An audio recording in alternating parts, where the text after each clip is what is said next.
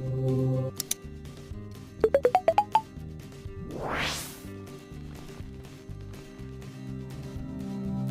this video, you're going to examine the properties and uses of hydrogen.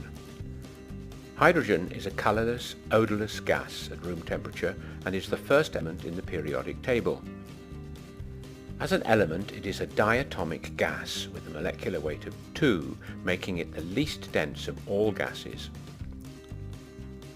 This low density made it a natural choice for one of its first practical uses, filling airships, but this future ended when Hindenburg airship caught fire on the 6th of May 1937.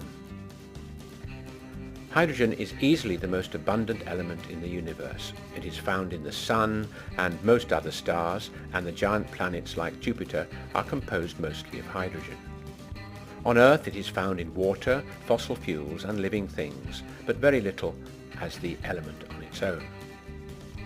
In the chemical industry it is used to make ammonia for agricultural fertilizer, the Haber process, and to make cyclohexane, methanol, which are needed to make plastics and pharmaceuticals. It is also used to remove sulfur from fuels during the oil refining process, when it forms the bad egg-smelling gas hydrogen sulfide, H2S. Large quantities of hydrogen are used to hydrogenate vegetable oils to form fats, for example, to make margarine. The H in the pH scale denotes hydrogen. It represents the concentration of hydrogen ions in water. When the pH is lower than 7, the solution is acidic, and it is the hydrogen, or more strictly the hydroxonium ion, that makes the acids reactive. Thus, metals above hydrogen in the reactivity series normally react with acids to form hydrogen, like zinc with hydrochloric acid. However, if the metals form an insoluble salt, little reaction will occur, for example lead in sulfuric or hydrochloric acids. Aluminium metal, although well above hydrogen, is covered with a tight layer of oxide which protects it from acid corrosion. Unreactive metals below hydrogen do not displace hydrogen in acids. The most reactive metals will react with water itself, sodium for example. You can test for hydrogen by exposing it to a flame. It ignites with a squeaking pop, and you can see condensation in the tube as water is formed.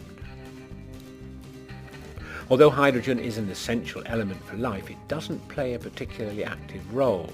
It remains bonded to carbon and oxygen atoms, whilst the chemistry of life takes place at the more active sites involving, for example, oxygen, nitrogen and phosphorus. When fossil fuels form, these more reactive elements are removed during the decay process, leaving the hydrocarbon skeleton behind as crude oil and natural gas. If we compare coal, oil and natural gas and hydrogen as fuels, you can see that when they combine with oxygen, coal and crude oil produce the most carbon dioxide. So using natural gas in place of oil and coal does help reduce carbon dioxide emissions. Hydrogen, which only forms water when it burns, could be the clean fuel for the future. But the hydrogen must be generated from water using replenishable energy. Hydrogen has 3 isotopes. Normal hydrogen with 1 proton in the nucleus, the very rare deuterium, or heavy hydrogen, with a proton and 1 neutron, with twice the atomic weight of normal hydrogen, and the artificially made radioactive tritium with 3 neutrons.